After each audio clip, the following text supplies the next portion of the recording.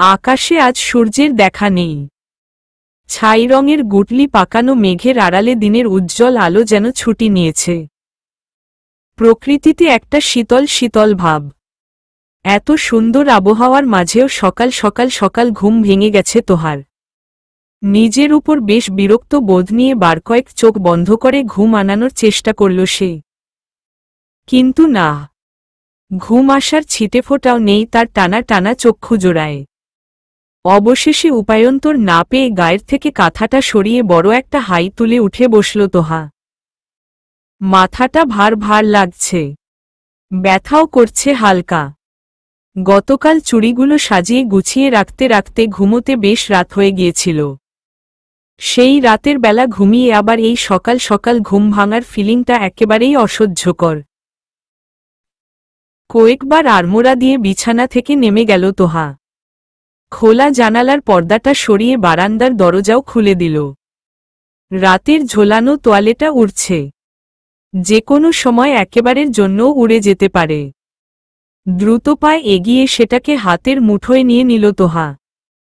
যাওয়ার জন্য ঘুরে দাঁড়াতেই দরাজ পুরুষালী কণ্ঠের তিহু ডাকে থেমে গেল তার পা যুগল। ঘাড় ফিরিয়ে পাশের বারান্দায় তিহানকে দেখতে পেয়ে একটু জোরসড়ো হয়ে সে চাপা গলায় ওর দিল। জি। ততক্ষণে পুশআপ থামিয়ে দিয়েছে তিহান। তোহার সদ্য ঘুম থেকে ফোলা ফোলা তৈলযুক্ত চেহারার দিকে কয়েক মুহূর্ত তাকিয়ে থেকে উঠে দাঁড়াল সে। পাশ থেকে টাওয়াল নিয়ে গায়ের ঘাম মুছতে মুছতে নির্লিপ্ততা কণ্ঠে বলল, কলেজ যাওয়া কি একেবারের মতে বাদ দিয়েছিস? আর পড়াশোনা করার ইচ্ছে নেই? মূর্খই পুরো জীবন কাটিয়ে দিবি? তিহানের তিক্ত কথাগুলো কোনোরকমে হজম করে নিয়ে তোহা বলল, নিশা আপুর বিয়ের জন্য এই সপ্তাহে যাওয়া হয়নি। সাথে সাথেই তিহানের পাল্টা প্রশ্ন, আগের সপ্তাহে কয়দিন গিয়েছিলি? শুকনো ফাঁকা একটা ঢোক গিলল তোহা। অস্পষ্ট স্বরে বলল, আসলে 2 দিন। তিহানের ওরে অপরাধী দৃষ্টিতে একবার তাকিয়ে আবারও চোখ নামিয়ে নিল তোহা। আগের সপ্তাহে যে বিয়ের কেনাকাটার জন্য যাওয়া হয়নি সেটা বলার আর সাহস হল না তার। তিহান শীতল কণ্ঠে বলল, কাল থেকে যেন একদিনও কলেজ মিস না হয়। ঠিক ঠিক সকাল 8টা বাজে রেডি হয়ে থাকবি। তোকে কলেজে দিয়ে তারপর অফিসে যাব আমি। মাথায় ঢুকেছে কথাগুলো? তোহা উপর নিচে মাথা নাড়ায়। অর্থাৎ ঢুকেছে। তিহান তোয়ালে রেখে টি শার্ট নিয়ে পড়তে পড়তে বলে, রুমে যা। এত তাড়াতাড়ি উঠেছিস কেন? মুখ লটকায় তোহা। বিড়বিড় করে বলে, আপনার বকা শোনার জন্য উঠেছি। যত সব। কি বললি? ঘুম ভেঙে গেছে। তিহান বাঁকা হাসে, বলে, আচ্ছা যা, রুমে যা। আর হ্যাঁ, দরজা আস্তে লাগাবি, ভেঙে যেতে পারে। তিহানের কথার মানে বুঝতে কষ্ট হয় না তোহার। কাল রাতের কথা বলছে সে। কথা না বাড়িয়ে চুপচাপ রুমে ঢুকে যায় সে। সন্ধ্যার দিকে একগাদা বই নিয়ে পড়ার টেবিলে বসেছে তোহা। প্রায় 1 ঘণ্টা যাবৎ উচ্চতর গণিতের একটা অঙ্ক সলভ করার চেষ্টায় অব্যাহত সে। তবে মাথায় ঢুকছে না কিছুই। বসে বসে কলম কামড়াচ্ছে আর খাতায় চোখ বুলাচ্ছে। হঠাৎই জানালার বাড়ি খাওয়ার শব্দে চেয়ার ছেড়ে উঠে দাঁড়ায় তোহা। আচমকাই তুমুল ঝড়ো বাতাস শুরু হয়েছে। ছুটে গিয়ে জানালাগুলো আটকে দিয়ে পর্দা টেনে দিতেই তোহার মায়ের কণ্ঠস্বর শোনা গেল। গলা ফাটিয়ে তোহাকে ডাকছে সে। রাগে গজগজ করতে করতে বলছে, তোহা, জলদি ছাদের কাপড়গুলো নিয়ে আয় তো। বাড়িঘর সব ধুলো দিয়ে ভরল। জানলাগুলো আটকাবে সেই খেয়ালটাও নেই কারো। যত জ্বালা সব একা আমারই। দরজা খুলে বেরিয়ে এলো তোহা।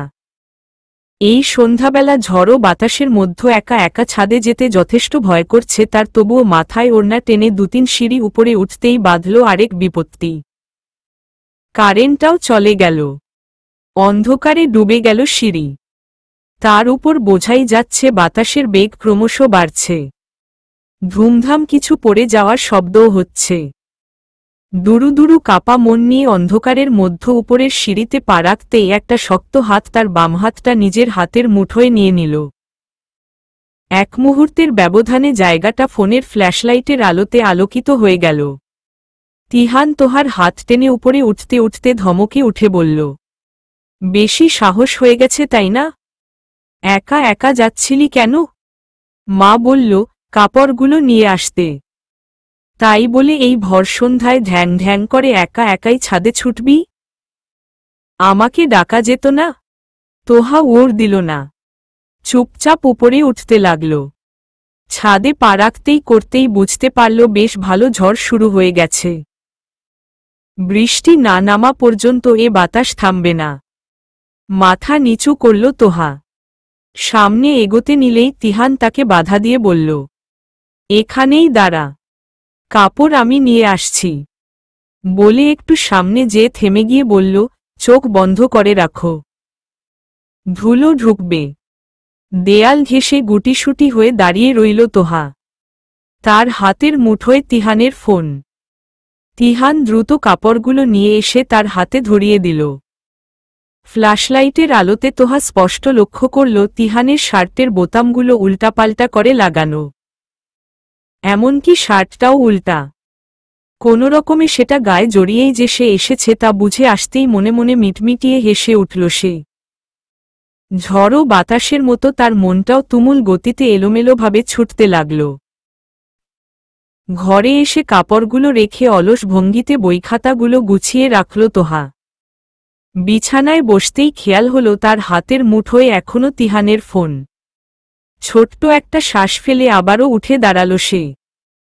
রুম থেকে বেরিয়ে দেখল তার মা আতিয়া আর খালাম্নি আফিয়া মোম জ্বালিয়ে সোফায় বসে রয়েছে।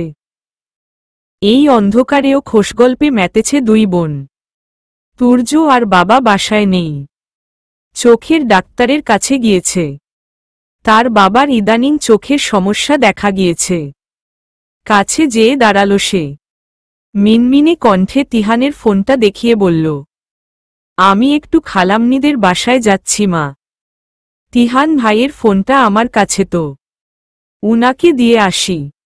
আতিয়া মৃদু ধমকের স্বরে বলল, তোর কি খেয়ে দেয়ে কাজ নেই? সারাটা দিন খালি ছেলেটার ফোনটা নিয়ে রাখিস। তোর মতো বেকার তো নাও, ফোনে কত জরুরি কাজ থাকে, তুই তো দিবি সব নষ্ট করে। আতিয়ার কথার মাঝেই আফিয়া খালাম্নি তাকে থামিয়ে দিয়ে বলল, আহা, এত কথা বলিস কেন তিয়া? নিশ্চয় কোনো কাজেই এনেছে। তোহা যাতো তুই দিয়ে আয়োর ফোন, কলিং বেল তো বাজবে না। এই নে ফ্ল্যাটের চাবি। চাবি হাতে নিয়ে বেরিয়ে আসলো তোহা। লক খুলে গুটি গুটি পায়ে তিহানের দরজায় ধাক্কা দিতেই তা খুলে গেল। সে গলা বাড়িয়ে একবার ডাকল, তিহান ভাই। কোনো সাড়া শব্দ পাওয়া গেল না। আবারও ডাকল, তিহান ভাই। কোথায় আপনি? রুমে আছেন? এবারও কোনো শব্দ পাওয়া গেল না। তোহা এদিক ওদিক তাকিয়ে বারান্দার কাছাকাছি যেতেই দেখল একটা সুঠাম দেহি অবয়ব বারান্দার রেলিংয়ে দুহাত রেখে দাঁড়িয়ে আছে। তার দৃষ্টি আকাশের দিকে। ঝমঝমিয়ে বৃষ্টি শুরু হয়ে গেছে ততক্ষণে। লোকটা কি ভিজে যাচ্ছে না? ধীর পায়ে তার পেছনে গিয়ে দাঁড়াল তোহা। বলল, তিহান ভাই, আপনার ফোন। তিহান ফিরে তাকাল না। হাত বাড়াতেই তার হাতে ফোনটা ধরিয়ে দিল তোহা। সেটা পকেটে ঢুকিয়ে আবারও একই ভঙ্গিতে দাঁড়িয়ে রইল সে। কিছু সময় সব চুপচাপ। নীরবতা ভেঙে তিহানের বাহুর শার্ট টেনে ধরল তোহা। বলল, ভিজে যাচ্ছেন তো, ঘরে চলুন। ভিজতেই চাচ্ছি। তিহানের ছোট্ট ওর। ফের কিছুক্ষণ সব চুপ। এবার নীরবতা কাটল তিহানের কণ্ঠে। আকাশের দিকে তাকিয়েই সে বলল, তোমার বৃষ্টি পছন্দ? পুনরায় সেই তুমি সম্বোধন। ঠান্ডা হাওয়ায় মাঝেও কপালে বিন্দু বিন্দু ঘাম জমল তোহার। আমতা আমতা করেও কিছু বলতে পারল না। কথাগুলো যেন গলাতেই আটকে গেছে। কণ্ঠনালীর ঠিক মাঝখানটায়। হুট করেই তাকে কাছে টেনে নিল তিহান। পেছনে দিয়ে এক হাতে বাহু জড়িয়ে ধরে ধীরস্থির কণ্ঠে প্রশ্ন করল, এই বৃষ্টিতে কি মন ভিজানো যায়? তোহা এবারও চুপ। তার জানা পুরো শব্দভাণ্ডার খুঁজেও এ প্রশ্নের কোনো ওর খুঁজে পেল না সে। অগত্যা ওর না দিয়ে মৌন মুখে দাঁড়িয়ে রইল সে। তিহান বলল, এই বৃষ্টিতে মন ভিজে না, বুঝলে? মন ভেজানোর জন্য প্রেমের বৃষ্টির প্রয়োজন। তৃষ্ণার্থ প্রেমিকের ধু ধু ফাঁকা হৃদয়টাকে শুধুমাত্র এক পশলা প্রেমের বৃষ্টিই স্বস্তি দিতে পারবে। কবে হবে প্রেমের বৃষ্টি? বলতে পারো? তিহানের ভারী ভারী কথাগুলো কানে গেলেও এদের অর্থোদ্ধার করা সম্ভব হল না তোহার পক্ষে। সে চুপটি করে তিহানের বুকের সাথে লেপ্টে ঠায় দাঁড়িয়ে রইল। ঘড়িতে বাজে ৭:৪৫। মাথার উপর ঘোরঘোর শব্দ তুলে সিলিং ফ্যান ঘুরছে। কাল রাতের ঠান্ডা আবহাওয়ার লেশমাত্র নেই। কলেজের সম্পূর্ণ সাদা ইউনিফর্ম পরে চুলের দুপাশে বেনি করতে করতে তোহা ভাবল, তুর্যকে বলতে হবে তার ঘরের ফ্যানটা যেন মিস্ত্রি ডেকে ঠিক করে দেয়। এই ঘোরঘোর শব্দে শান্তিমত ঘুমানো যায় না। ছোট খালারা চলে গিয়েছে গতকালকেই। নিশাও নেই। পুরো বাড়ি ফাঁকা ফাঁকা লাগছে। বেনি গাথা শেষ হতেই কলেজের ব্যাগটা কাঁধে ঝুলিয়ে বের হল তোহা। ডাইনিং টেবিলে বসে বসে রুটি ভাজি চিবোচ্ছে তুর্য। তার দৃষ্টি পাশে রাখা বইয়ের দিকে। পরীক্ষা শুরু কয়দিন পর। অনার্স ফাইনাল ইয়ারের ছাত্র সে। কিছুদিন বাদে পাশ করে বেরিয়েও যাবে। পাশের চেয়ারটা মেলে রাখা। হয়তো তোহার জন্যই। কিন্তু তোহা বসল না। আতিয়া প্লেটে করে ২-৩টে গরম রুটি নিয়ে এসে বলল, কি হলো? বসো। নাস্তা খেতে ১ ঘন্টা লাগবে না। ২টো রুটি খেয়ে তারপর যা। তোহা আরেকবার ঘড়ির দিকে তাকাল। ৮টা বাজতে ৫ মিনিট বাকি। ঠিক ৮টা বাজে না গেলে তিহানের রামবকা খেতে হবে নিশ্চিত। ইতস্তত কণ্ঠে সে বলল, আসলে মা, তিহান ভাই, সবসময় শুধু খালামণির কাছে আমার বদনাম করা, তাই না? আমি তোকে নাস্তা খেতে নিষেধ করেছি? চুপচাপ নাস্তা খা, তারপর বের হব। আতিয়া মৃদু হেসে আবারও রান্নাঘরের দিকে পা বাড়ায়। হঠাৎ তিহানের কণ্ঠে তোহা দ্রুত বেগে এদিক ওদিক তাকাতেই দেখে তাদের ড্রয়িং রুমের সোফায় আরাম করে বসে আছে তিহান। গায়ে সাদা কালো চেক চেক শার্টের সাথে হাতের বাদামি বেল্টের ঘড়িটা যেন একটু বেশিই মানিয়েছে তাকে। কয়েক সেকেন্ড কাঙালের ন্যায় সেদিকে চেয়ে থাকতেই তিহান একবার ঘড়িতে চোখ বুলিয়ে তোহার চোখে চোখ রেখে ঠান্ডা গলায় বলে, জাস্ট ১০ মিনিট। চোখাচোখি হতেই চুপচাপ কাঁধ থেকে ব্যাগটা নামিয়ে রেখে চেয়ারে বসে পড়ে তোহা। ঠিক ১০ মিনিটের মাথায় ২টো রুটি খেয়ে হাত ধুয়ে ফিরে এসে ব্যাগটা তোলার আগেই তিহান সেটা হাতে নিয়ে সামনে হাঁটতে হাঁটতে বলে, জলদি আয়। রাস্তা ভর্তি কাদা পানি। বাসার সামনের জায়গাটা থেকে গেট পর্যন্ত হাঁটার রাস্তাটাও পানিতে পরিপূর্ণ। পা রাখলে নিশ্চিত সাদা পায়জামায় ছিটে বিচ্ছিরি অবস্থা হবে। যদিও একটু পরপর ছোট ছোট ইট বিছানো আছে যেন পানিতে পা না পড়ে। কিন্তু এভাবে যেতে হলে নির্ঘাত উষ্ঠা খেয়ে পড়বে তোহা। তিহান দাঁড়িয়ে আছে তোহার পাশেই। গাড়ির ড্রাইভার চাচাকে ফোন দিচ্ছে বারবার। উনি গাড়ি বের করে গেটের কাছে দাঁড়াতেই কাদা পানিতে নেমে গেল তিহান। তার চকচক করা জুতোজোড়ায় কাদার ছিটা লেগে গেলেও সেদিকে কোনো হেলদোল নেই তার। অথচ তোহার স্পষ্ট মনে আছে কদিন আগে এই জুতোজোড়া তিহান বেশ শখ করে কিনেছিল। কেনার সময় তাকেই সঙ্গে করে নিয়ে গিয়েছিল সে তোহার দিকে এক হাত বাড়িয়ে দিতেই তোহা আলতো করে তার হাতের উপর হাত রাখল। তিহান দৃঢ়ভাবে তা আঁকড়ে ধরে ব্যস্ত ভঙ্গিতে বলে, ইটের ওপর পা ফেলে আয় তিহু, অফিসের দেরি হয়ে যাচ্ছে। পড়বি না, আমি ধরেছি। তোহা আশ্বস্ত মনে পা বাড়াল। সে যে কোনো ক্রমেই পড়বে না এই ব্যাপারে একেবারে নিশ্চিত। গাড়ি থামে কলেজের গেটে। বের হওয়ার আগমুহূর্তে তিহান মানিব্যাগ থেকে ১০০ টাকার ২টো নোট বের করে তোহার হাতে ধরিয়ে দিয়ে বলে, ক্যান্টিনে থেকে কিছু খেয়ে নিস, কিন্তু বাইরের উল্টাপাল্টা খাবার খাবি না, খবরদার। তোহা এক পলক তাকায়।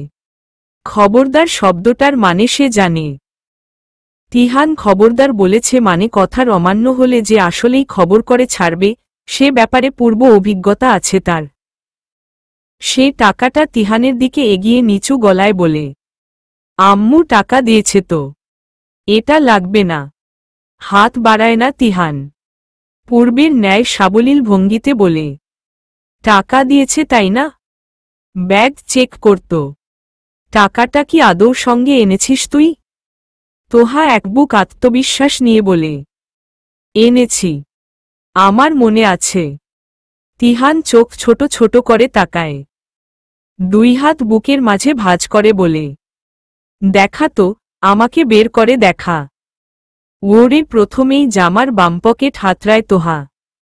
টাকাটা না পেয়ে আরেক পকেট হাতড়ায়। বুকটা দুরু দুরু কাঁপছে। তার মানে সে টাকা আনেনি? ডাইনিং টেবিলেই রেখে এসেছে? আমতা আমতা করে তিহানের দিকে তাকায় সে।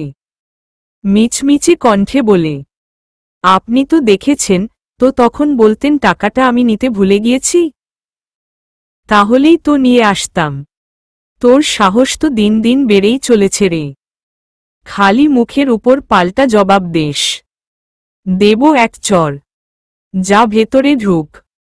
ধমক শুনে রাগে মুখ ফোলায় তোহা। বেরিয়ে গিয়ে দরজা লাগিয়ে তিহানের ডাকে আবারও জানলা দিয়ে তাকিয়ে বলে, কি সমস্যা? বলেন। ছুটির সময় গাড়ি পাঠিয়ে দিব। আঙ্কেলের সাথে সোজা বাড়ি চলে যাবি। তোহা বুঝতে পারে তিহানের কাজ আছে, সেজন্যই সে আসতে পারবে না। তবুও নরম কোমল আকুতিভরা স্বরে মিষ্টি করে বলে, আপনি আসবেন না? এক মুহূর্ত ভাবে তিহান।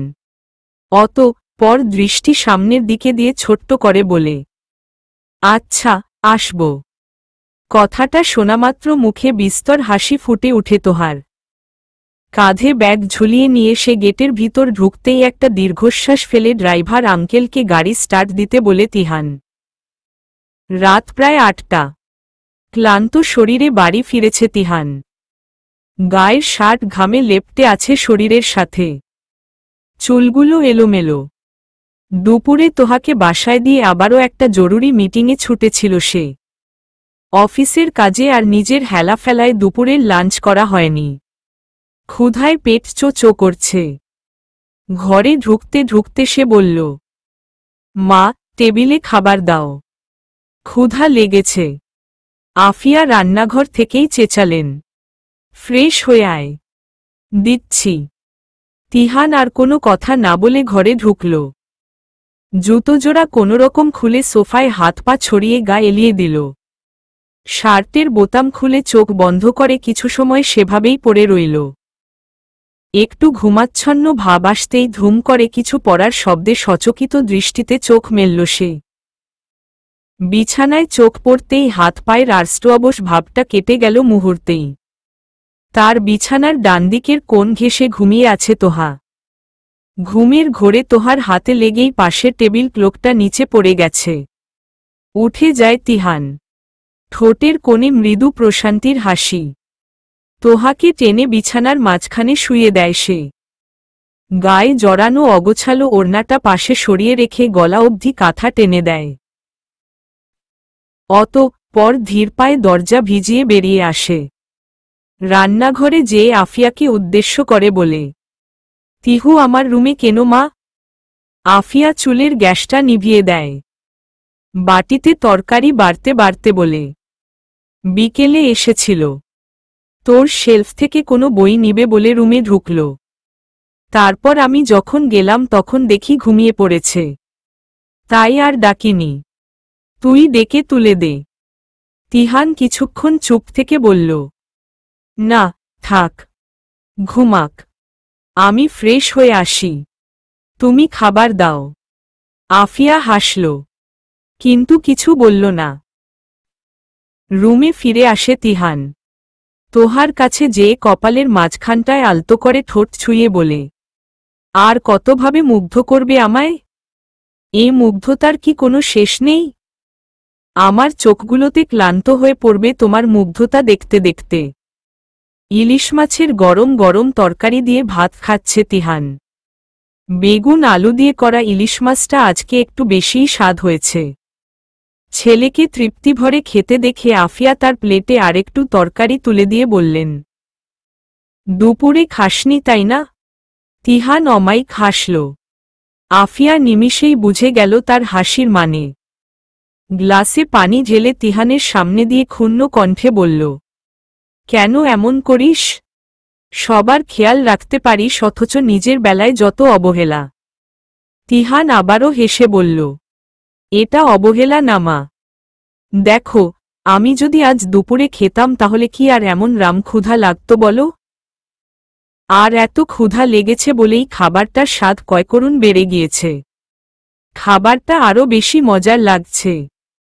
দুপুরে খেয়ে নিলে তো আর এতটা স্বাদ উপভোগ করতে পারতাম না, তাই না?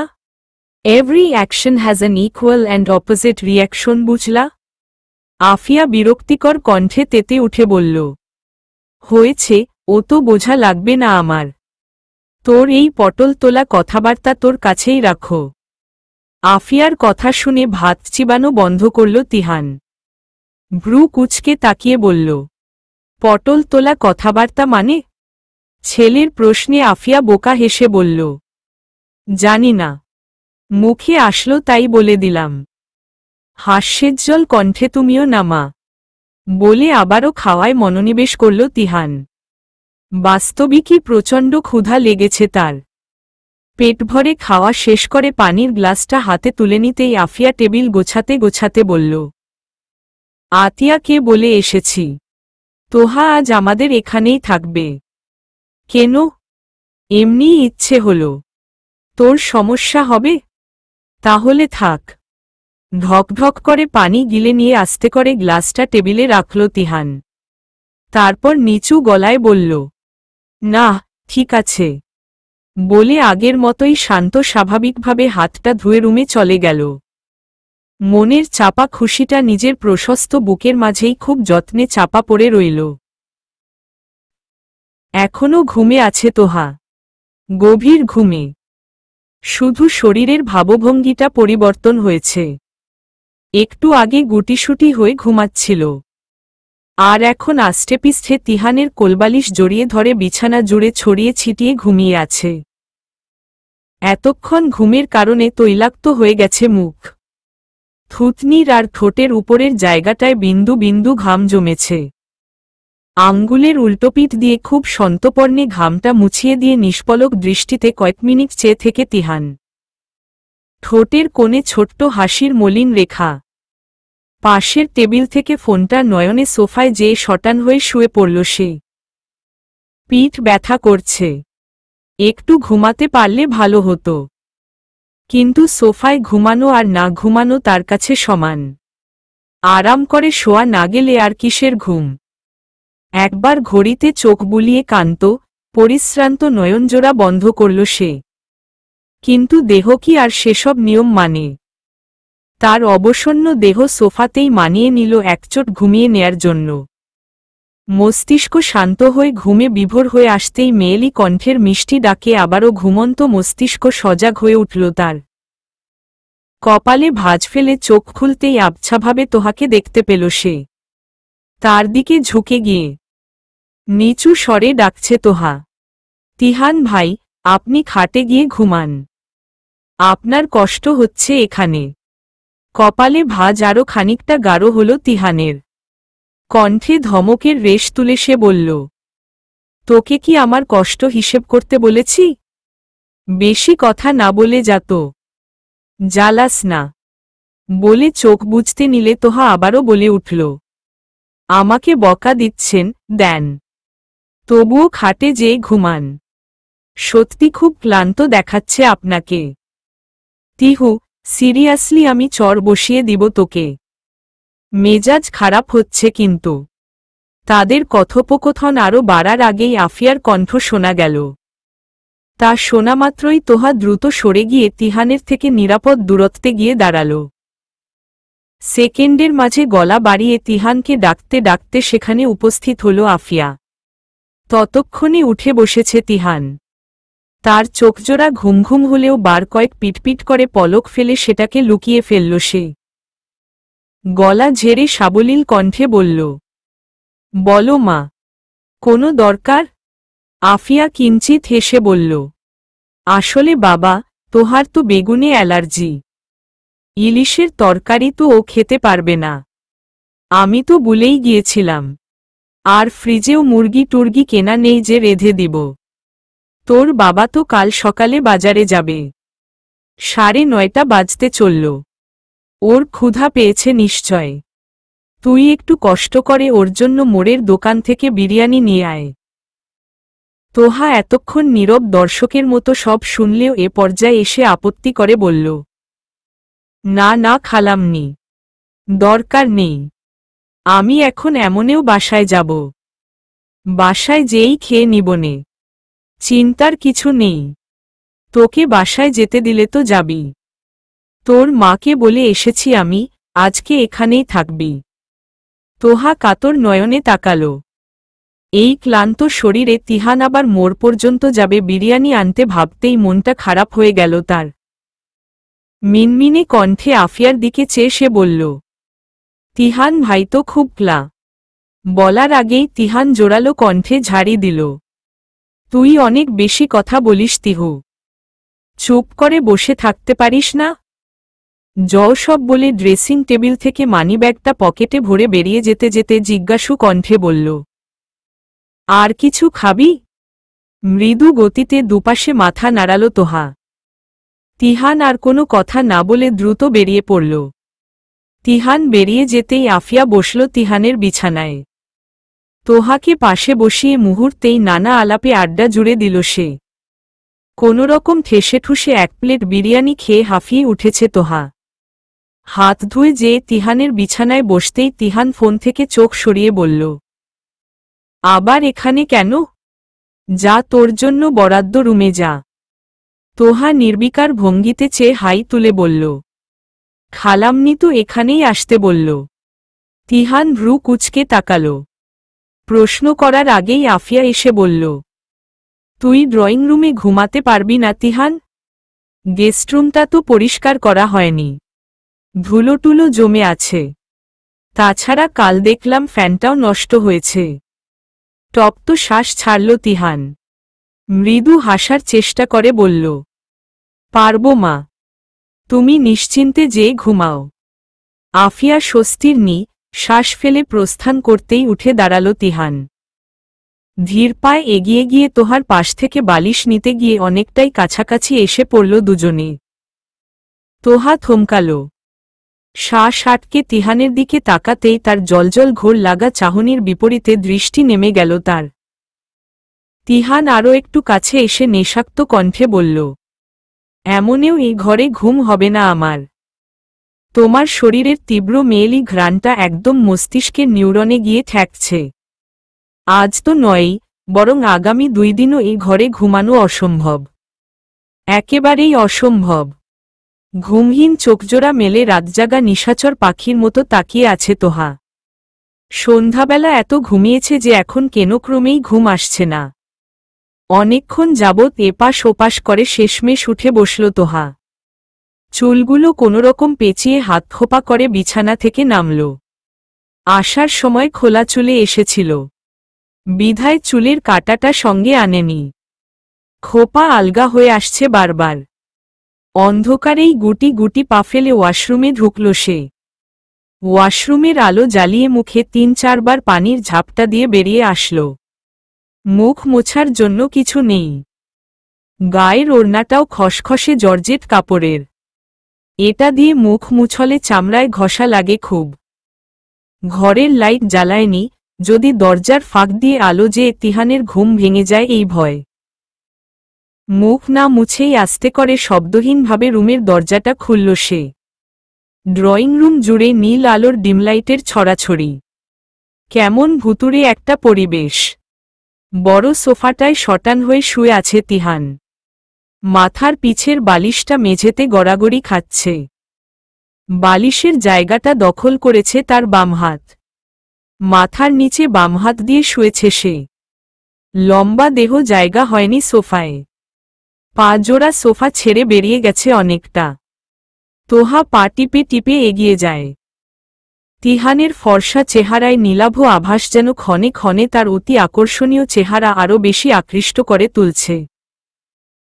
খাড়া নাক, গালের দাড়ি, বামগালের মাঝ বরাবর একটা বাদামি তিল, আর তাকিয়ে থাকলে সেই গাঢ় ধূসর চোখের মণি সব মিলিয়ে এক অনন্য স্বপ্নপুরুষ।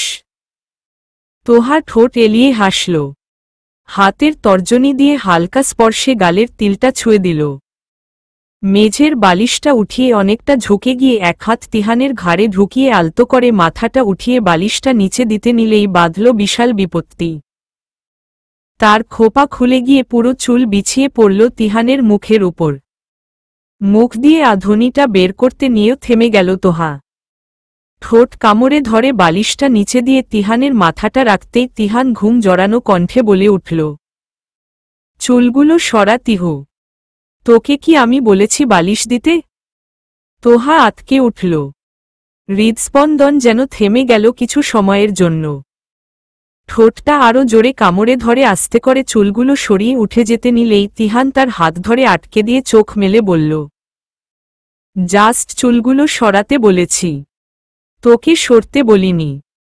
তোহা হতবিহ্বল বিচলিত দৃষ্টিতে কিছুক্ষণ তাকিয়ে থাকল। হঠাৎ ভেজা মুখের পানি চুইয়ে টুপ করে তিহানের চোখের পাতার উপর পড়তেই ধ্যান ভাঙে তার। চাপা গলায় সে বলে, ছাড়ুন। তিহান ছাড়াল না, বরং পকেট থেকে একটা চাবি বের করে তোহার হাতে ধরিয়ে দিয়ে চোখের দৃষ্টি আরও খানিকটা গম্ভীর করে বলল, আলমারির বামদিকের 2 নাম্বার ড্রয়ারে তোর চুলের কাটা রাখা আছে। রুমে যেই চুল বেঁধে নিবি, খোলা চুলে ঘুমাবি না, খবরদার। বলে তোহার হাতটা ছেড়ে দিল সে। মাথার বালিশটা ঠিক করে নিয়ে কপালে হাত ঠেকিয়ে পুনরায় চোখ বন্ধ করে বলল, শোন, বলেন, চুলে কি শ্যাম্পু দিস নাকি অ্যালকোহল?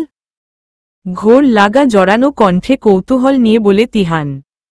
তোহা ওর দেয় না। নিরুত্তর ভঙ্গিতে তিহানের বাহুর নিচ থেকে ওড়নার আটকে পড়া অংশটা টেনে নিয়ে দ্রুত পায়ে ঘরে যেয়ে দরজা আটকে দেয়। ঘরে যেই লাইট জ্বালালো তোহা। হাতের মুঠোয় থাকা চাবিটা দিয়ে আলমারি খুলে বামদিকের ড্রয়ারটা খুলতেই নজরে এলো তিহানের বেশ দামি ব্র্যান্ডের কিছু হাতঘড়ির বক্সের ভিড়ে খুব যত্নের সহিত একটা চুলের কাটা সাইড করে রাখা আছে। কপাল কুঁচকে সেটা হাতে নিয়ে নেড়েচেড়ে দেখতেই মনে পড়ল এটা সে হারিয়েছে প্রায় বছরখানেক হবে। তবে কবে হারিয়েছে সেটা মনে নেই।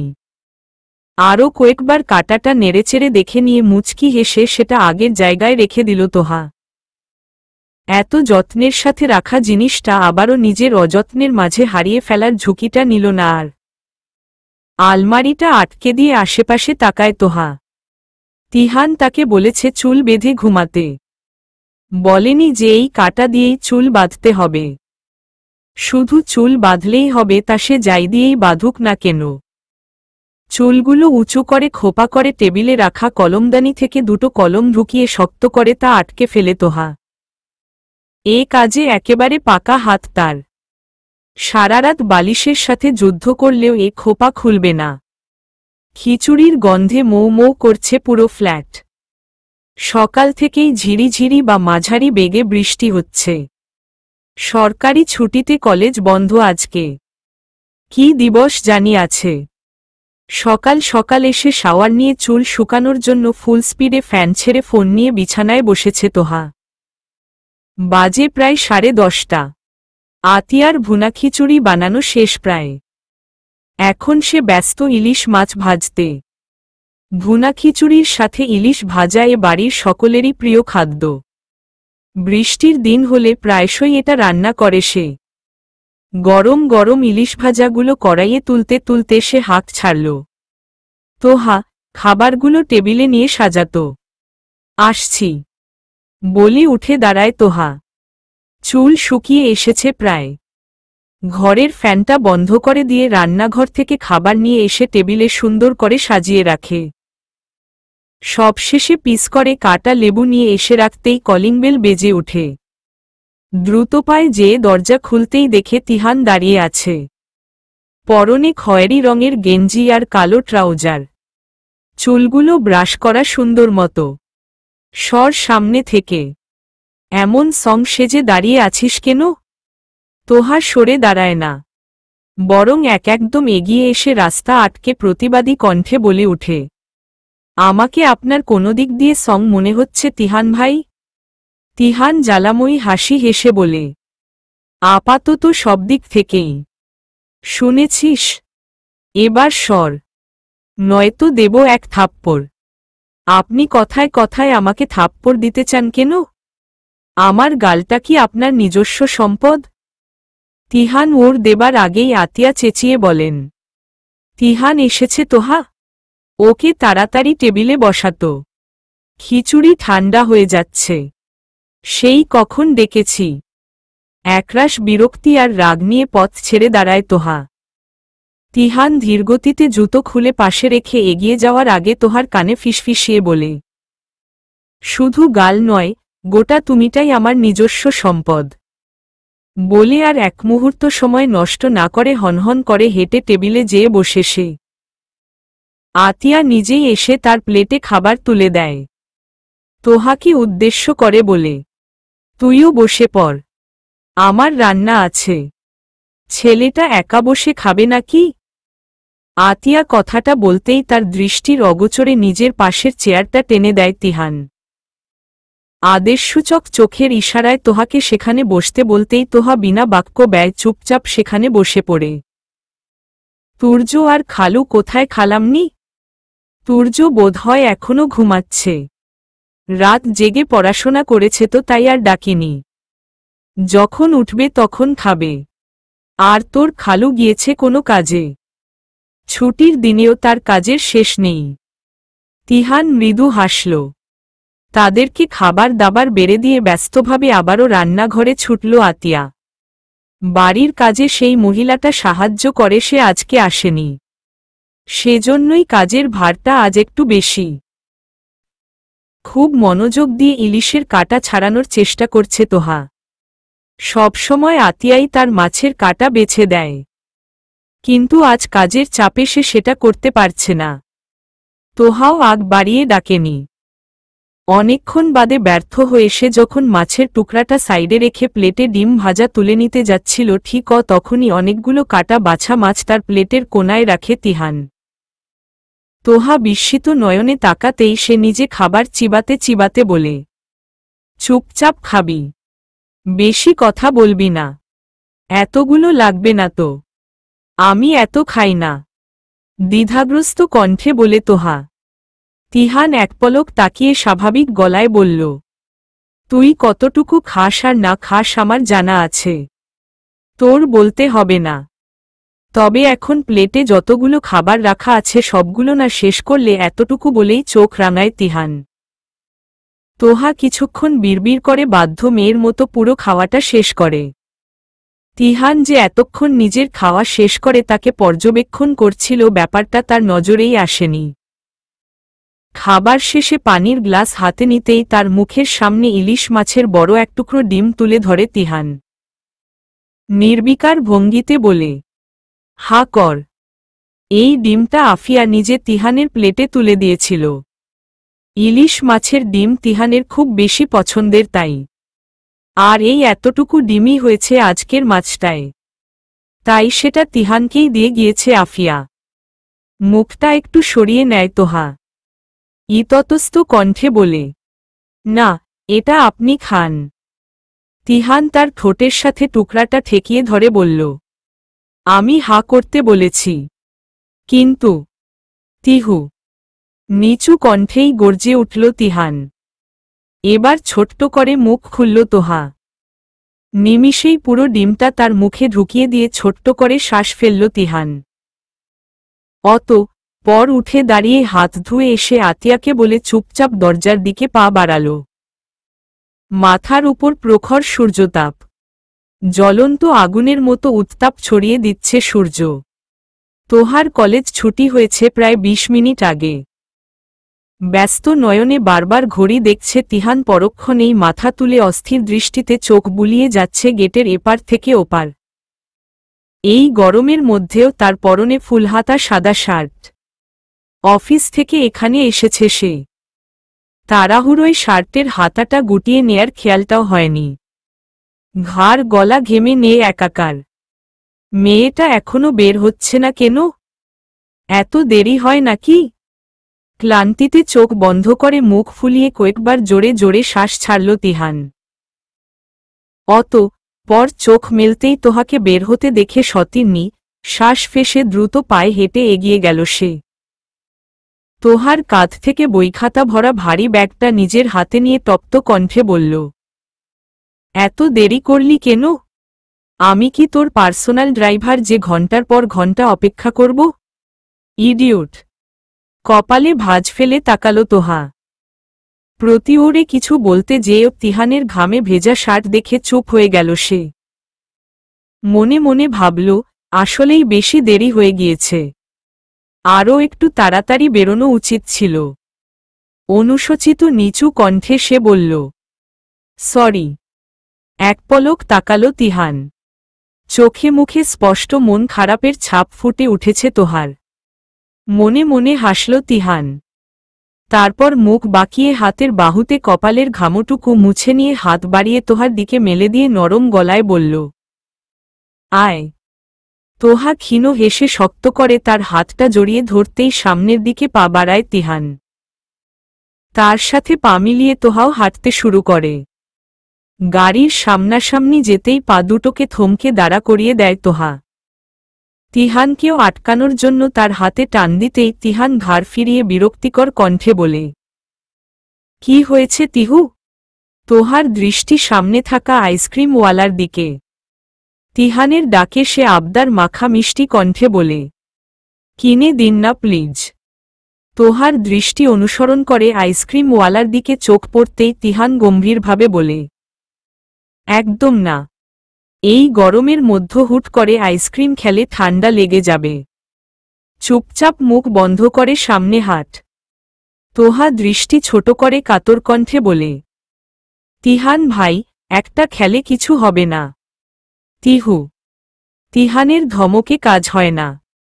তোহা আবারও বলে উঠে, প্লিজ। হার মানে তিহান। দীর্ঘশ্বাস ফেলে তোহাকে আইসক্রিমওয়ালার কাছে নিয়ে যেয়ে ছোট্ট করে বলে, কোনটা খাবি?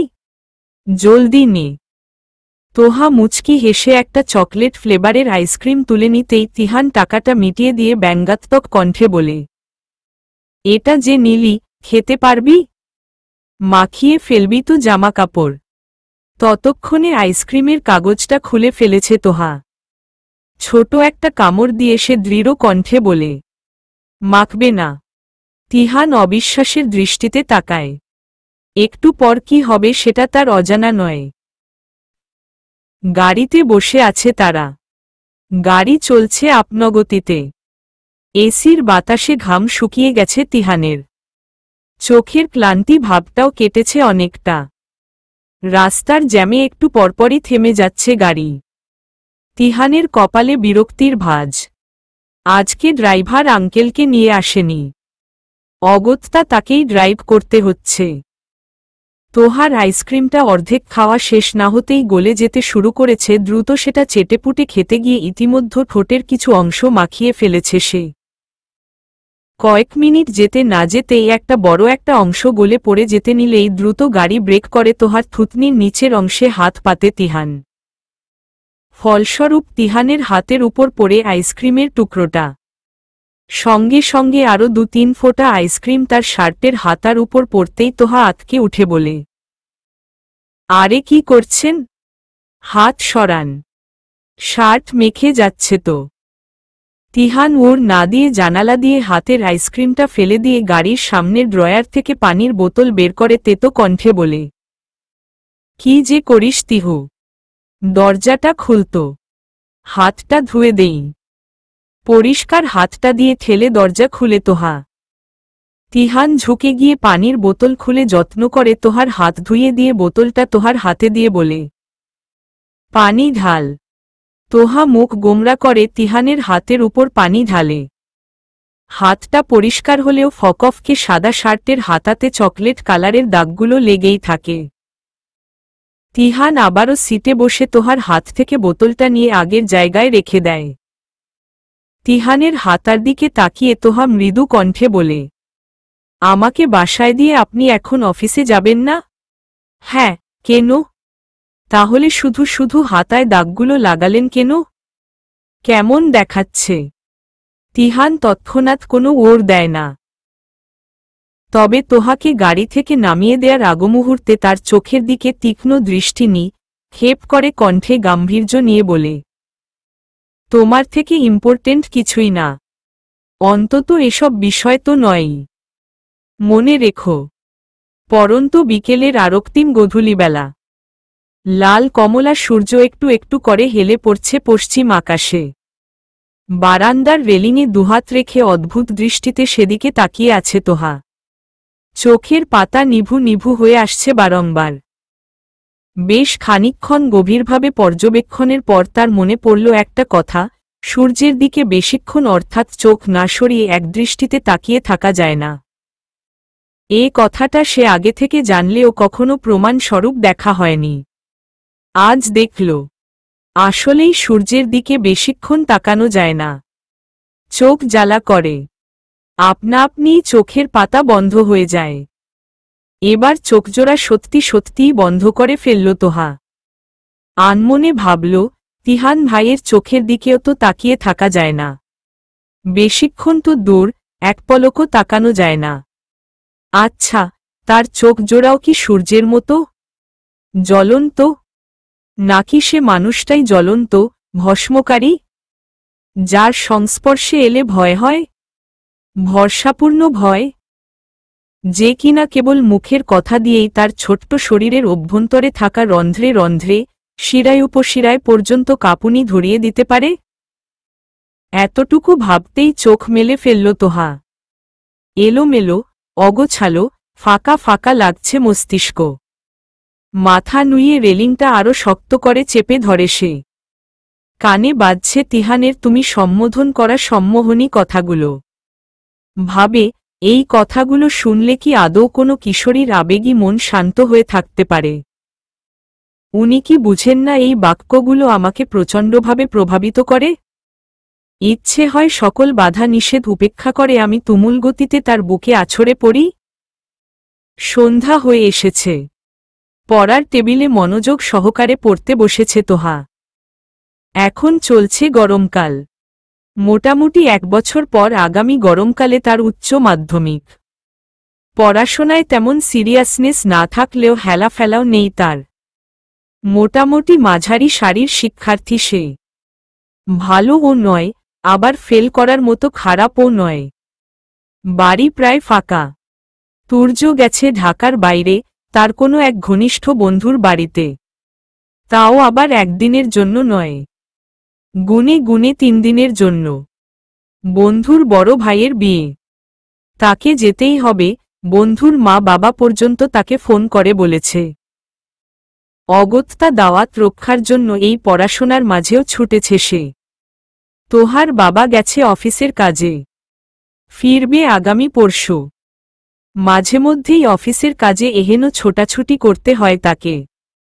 প্রাইভেট কোম্পানির উচ্চপদস্থ কর্মকর্তা সে। দায়িত্বের বোঝাটাও তাই বেশি। বাসায় শুধু তোহা আর তোহার মা আতিয়া। ঘরের দরজা খুলে রেখেছে তোহা। ড্রয়িং রুমের সোফায় বসে অল্প আওয়াজে টিভি দেখছে আতীয়।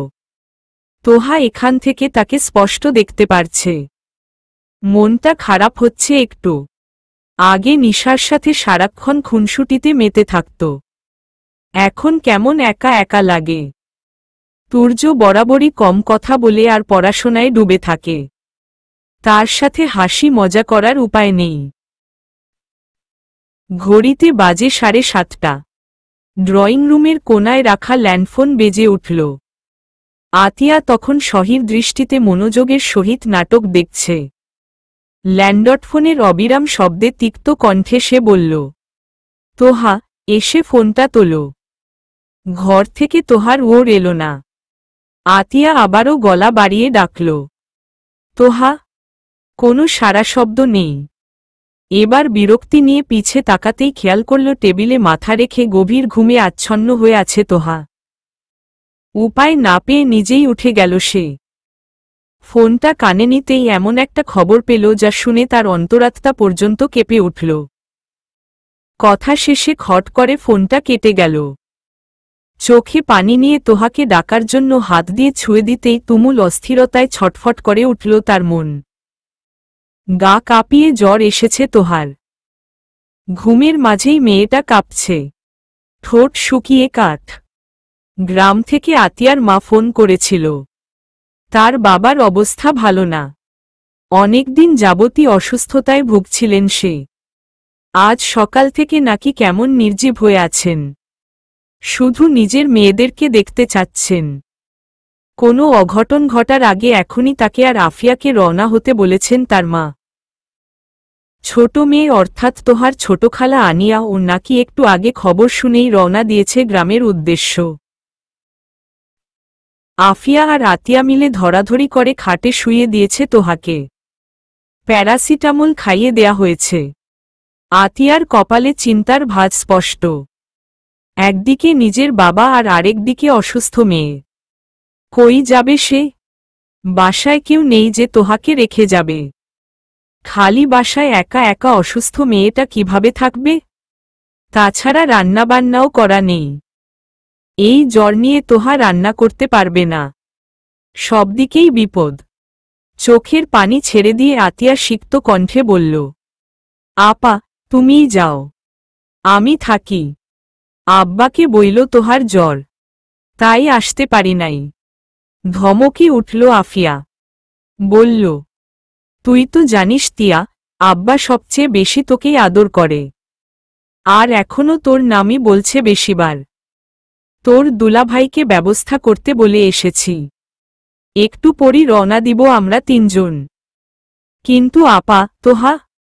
তিহান অফিস থেকে আসুক। রান্না নিয়ে সমস্যা নেই, তোহার খাবার তিহান দোকান থেকে কিনে দিবেনে কয়দিন। আর অপেক্ষা কর, জ্বর নেমে যাবে। চিন্তা করিস না। আতিয়া কোনোরকমে চোখের পানি আটকাল। তিহানি তার একমাত্র ভরসার সহল। ছেলেটাকে সে খুব বেশি বিশ্বাস করে, খুব বেশি। তোহাকে তিহানের দায়িত্বে রেখে যেতে কোনোরকম ভয় নেই তার। তিহান ফিরেছে। বাসায় নিচে ঢুকতে না ঢুকতেই তার ফোন বেজে উঠল। পকেট থেকে ফোনটা বের করে মা। লেখা দেখতেই মুখে হাসির রেখা টেনে ফোনটা তুলে কানে লাগাল সে। বলল, হ্যাঁ মা, আমি এসে পড়েছি। এখন সিঁড়িতে। বাবা তুই একটু তাড়াতাড়ি তোর খালামণির ফ্ল্যাটে আয় তো, একটু সমস্যা হয়েছে। কি হয়েছে? নামটা বলতে গিয়েও থেমে গেল সে। বলল, সবাই ঠিক আছে তো? হ্যাঁ, তুই একটু আয় তাড়াতাড়ি, বলে ফোনটা কাটল আফিয়া। তিহান দ্রুত সিঁড়ি ভেঙে উপরে উঠল। তোহাদের ফ্ল্যাটের দরজা ধাক্কা দিতেই তা খুলে গেল। দরজা লক করা না। তোহার রুম থেকে কথাবার্তার শব্দ আসছে। কাপা কাপা মন নিয়ে সেদিকে যেতেই দেখল বিছানায় শোয়া অবস্থায় আছে তোহা। গায়ে কম্বল দেয়া, চেহারা কেমন শুকিয়ে গেছে, ঠোঁটগুলো শুষ্ক। তাকে দেখেই আফিয়া বলল, যাক এসেছিস। শোন, কি হয়েছে ওর? আফিয়ার কথার মাঝেই বলে উঠে তিহান। শান্ত তবে কাপা কণ্ঠ তার। জ্বর এসেছে, এখন 101 ডিগ্রি। একটু আগে 103 ছিল। শোন, তোকে যে জন্য ডাকছি, তোর নানা খুব অসুস্থ। তোর খালামনি আর আমাকে যেতে হবে। নিয়ে যাবে তোর বাবা, কারণ আর কেউ বাসায় নেই। তোহার জ্বর, ওকে অসুস্থ শরীর নিয়ে টানাটানি করা যাবে না। আমাদের পৌঁছাতেই সকাল হয়ে যাবে, এতক্ষণ মেয়েটা জার্নি করতে পারবে না। তাই বলছি, ওকে তো রেখে যেতে হচ্ছে। তুই একটু ওকে দেখে রাখিস। আর কয়দিন ওর খাবার দোকান থেকে কিনে এনে দিস। আমরা একটু পরেই রওনা দিব। বুঝলি? আচ্ছা ঠিক আছে। সংক্ষিপ্ত ওর তিহানের। দায়িত্ব খুব বড় একটা জিনিস। যার কাঁধে দায়িত্ব নামক ভারী জিনিসটা আছে শুধু সেই বুঝে এর গুরুত্ব। আতিয়া যাওয়ার আগে তিহানকে বলে গিয়েছে, তোর দায়িত্বে রেখে যাচ্ছি তোহাকে, ওর খেয়াল রাখিস। ব্যাস, এতটুকু কথাই যথেষ্ট। যে এই বিশ্বাসটার মর্মার্থ বুঝে সে অবশ্যই কথাটার মান রাখবে। শাওয়ার নিয়ে বেরিয়ে এসেছে তিহান। ভেজা গায়ে কোনোরকম শার্ট চেপে সে বেরিয়ে গেল। উদ্দেশ্য মোড়ের দোকান থেকে খাবার কিনে আনা। তোহার জ্বর কমেছে হয়তো। সে অবশ্য যায়নি ওই ফ্ল্যাটে। পকেটে ফ্ল্যাটের চাবিটা ভরে দ্রুত পায়ে হাঁটা ধরল সে। খাবার কিনে এনে আস্তে করে দরজার নব খুলল তিহান। ভেতরে ঢুকে ড্রয়িং রুমের লাইট জ্বালিয়ে খাবারের প্যাকেটটা টেবিলে রেখে তোহার দরজায় যেয়ে নক করল। যদিও সে জানে তোহা দরজা লক করে না কখনো, তবুও সেই মেহেদির দিনের কাণ্ডের পর সে আর নক না করে ভুলেও রুমে ঢুকেনি। সেদিনের ঘটনাটা একেবারেই একটা অ্যাক্সিডেন্ট। ওই ঘটনার আগেও সে নক করে ঢুকলেও ওই দিন তাড়াহুড়োয় হুট করেই ঢুকে গিয়েছিল। যদি ভুলটা না হতো তাহলে হয়তো আর তোহাকে সেই বাজে পরিস্থিতিটায় পড়তে হতো না। হতাশ শ্বাস ছাড়ে তিহান। অতঃপর আবার নক করে বলে, তিহু, আসব? তিহানের কণ্ঠে হুঁশ ফিরে তোহার। চোখ বন্ধ করে ছিল সে। দরজার আওয়াজ শুনতে পায়নি। ওষুধ কাজে দিয়েছে। জ্বর এখন অনেকটাই কম। নেই বললেই চলে। হুঠাৎ এত জ্বর কেন এসেছিল নিজেও বুঝতে পারল না। দুহাতে ভর দিয়ে আস্তে করে উঠে বসল সে। পাশ থেকে ওড়না নিয়ে সুন্দর মতো গায়ে জড়িয়ে নিয়ে মৃদু কণ্ঠে ওর দিল, জি আসেন। আস্তে করে দরজা খুলে রুমে ঢুকল তিহান। দরজার সামনে দাঁড়িয়েই বলল, জ্বর কমেছে? এখন নেই। তিহান আর এগোল না। তোহার দিকে একবার চোখ বুলিয়ে নিয়ে দৃষ্টি নামিয়ে বলল, তোর খাবার প্লেটে বেড়ে ঘরে দিয়ে যাচ্ছি। হাত মুখ ধুয়ে ফ্রেশ হয়ে খেয়ে নিস। তোহা সম্মতিসূচক মাথা নাড়ায়। তিহান ছোট্ট একটা শ্বাস ফেলে বলে, তোর নাম্বারে রিচার্জ করে দিয়েছি। রাতে কোনো সমস্যা হলে ফোন দিস। আমি চলে আসবনে। আর কাল কলেজ যাওয়া লাগবে না। বাসায়ই থাকিস। সকালের নাস্তা কিনে দিয়ে যাব। ওকে? আচ্ছা। মাথা কাত করে বলে তোহা। তিহান বেরিয়ে যেয়ে খাবার বেড়ে তোহার ঘরে নিয়ে গেল। তোহা তখন রুমে ছিল না। ওয়াশরুমে গিয়েছিল ফ্রেশ হতে। বেরিয়ে এসে তিহানকে খাবার রাখতে দেখে সে বলল, আপনি খেয়েছেন? না, খাবো। বলে খাবারটা পড়ার টেবিলে রেখে গ্লাসে পানি ঢেলে দিল তিহান। বেরিয়ে যাওয়ার আগে তোহার মাথায় এক হাত রেখে স্নেহময় কণ্ঠে বলল, একদম ভয় পাবে না। আমার দায়িত্ব তুমি। দায়িত্বের অবহেলা হবে না। আমি আছি। চলবে।